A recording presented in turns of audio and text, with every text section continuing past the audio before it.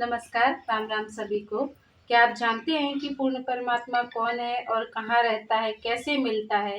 हमारे वेदों में प्रमाण है कि पूर्ण परमात्मा कहाँ है और कैसे है। तो सुनिए संत रामपाल जी महाराज के अनमोल सत्संग, जिससे आपको पता चलेगा कि पूर्ण परमात्मा कौन है। राम राम जी, नमस्कार। परमेश्वर की एक वाणी पढ़ी कबीर भगवान की कि वेद मेरा भेद है, मैं ना वेदन के माही, और जौन वेद से मैं मिलूं ये वेद जानते नहीं।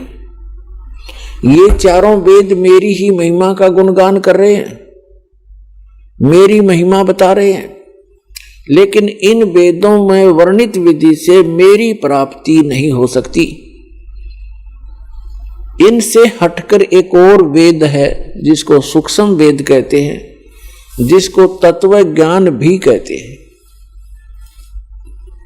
उस वेद के अंदर मेरे पाने की विधि है और उसका ज्ञान इन वेदों में किसी में नहीं।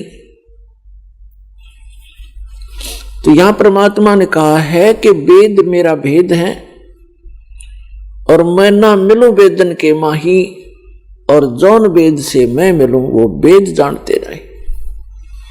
इसका प्रमाण कहां है? श्रीमद् भगवत गीता अध्याय नंबर 4 के श्लोक नंबर 32 में गीता ज्ञानदाता कहता है कि अर्जुन, जो अभी आपने सुना श्लोक 25 से लेकर 31 तक कि कोई तो देवताओं की पूजा करता है, कोई हठ योग करता है, कोई तीक्ष्ण व्रत रखता है, अहिंसावादी बनकर घूमता है, कोई स्वाध्याय करते रहते हैं, कोई केवल योग अभ्यास करते हैं, कोई प्राणों की श्वासों की गति को आते जाते देखते रहते हैं। ये सभी साधक अपनी साधना को पापनाशक जानते हैं, इसको अच्छा मानते हैं, तभी तो वो कर रहे हैं। जब उनको ज्ञान होगा कि साधना ठीक नहीं है तो तुरंत त्याग देंगे। और चौथे अध्याय के 32वें श्लोक में बताया है कि उस परमेश्वर ने, सच्चिदानंद घन ब्रह्म ने अपने मुख कमल से तत्व ज्ञान बोलकर सुनाया है। वो सच्चिदानंद घन ब्रह्म की वाणी है, वो तत्व ज्ञान है। उसके अंदर ये यज्ञों की जानकारी, यज्ञ माने धार्मिक अनुष्ठानों की जानकारी विस्तार के साथ की गई है, वो तत्व ज्ञान है।